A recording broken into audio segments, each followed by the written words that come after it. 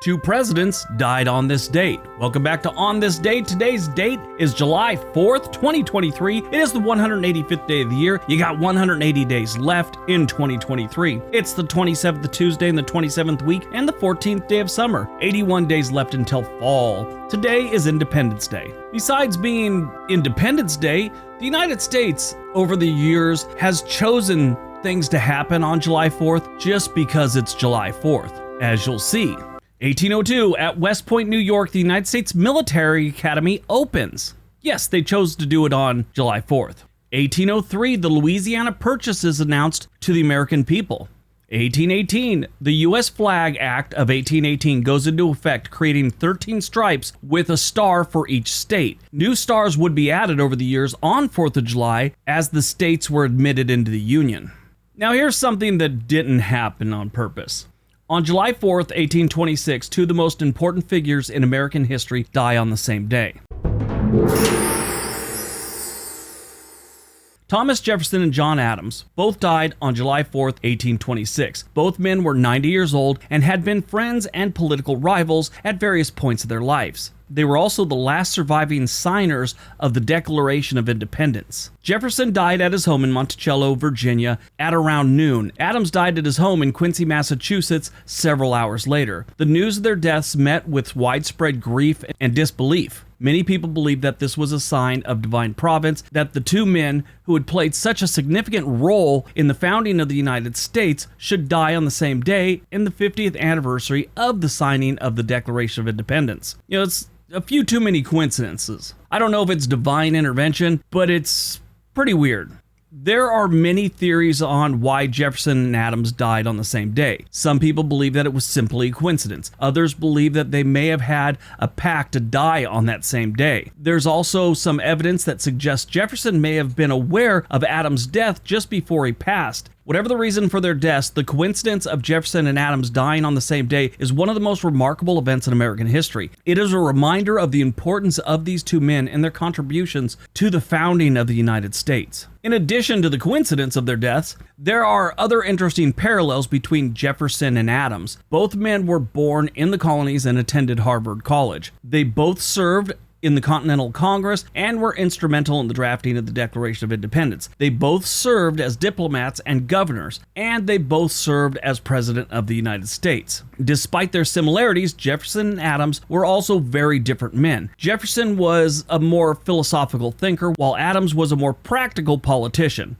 Jefferson was a proponent of democracy and individual liberties, while Adams was more concerned with the order and stability. Jefferson was also a strong believer in state rights, and Adams favored a strong central government. Despite their differences, Jefferson and Adams were able to put aside their personal disagreements and work together for the good of the country. They were both patriots who believed in the ideals of the American Revolution, and they both played a crucial role in shaping the United States into the nation that it is today. The deaths of John Adams and Thomas Jefferson on July 4th, 1826 was a sad day for the United States, but it was also a day to celebrate the lives of two great men who had dedicated their lives to the cause of liberty. Their legacy continues to inspire Americans to this day. I knew about Thomas Jefferson. I didn't know much about John Adams. HBO had a pretty good show on him, and then I went on to read some books about it, but the HBO series got me interested in John Adams. Two very interesting men. 1863, the American Civil War, the Siege of Vicksburg. Vicksburg, Mississippi surrenders to U.S. forces under Ulysses S. Grant after a 47-day siege. 1976, the U.S. celebrates its bicentennial. 2004, the cornerstone of the Freedom Tower is laid on the World Trade Center site in New York City. 2009, the Statue of Liberty's crown reopens to the public after 8 years of closure due to security concerns following the September 11th attacks. Born on July 4th, 1872, Calvin Coolidge, the 30th President of the United States of America, who was mostly remembered for being a man of few words, which earned him the nickname Silent Cal. He was a farmer, schoolteacher, and local store clerk. He achieved national recognition for his handling of the Boston police strike in 1919. Even though he didn't like to talk much, he held a record number of presidential press conferences for the time, totaling 520.